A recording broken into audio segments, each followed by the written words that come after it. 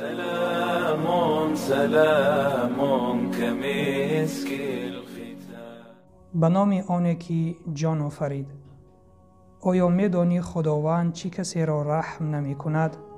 اگر این را بخواهی حدیثی زیرین را گوش بده. پیامبر اکرم صلی الله علیه و سلم فرمودند: هر کسی به مردم رحم نکند خداوند او را رحم نخواهد کرد. روایت بخاری و مسلم.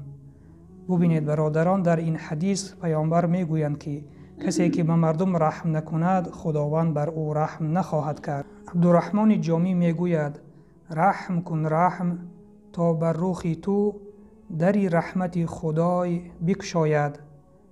تا تو بر دیگران نبخشایی ارحم الراحمین نبخشاید. بله برادران عزیز، با رحم کردن به انسانها، مهربان بودن به انسانها، معامله خوب کردن، درهای رحمت خداوند را برای خود بگشاییم.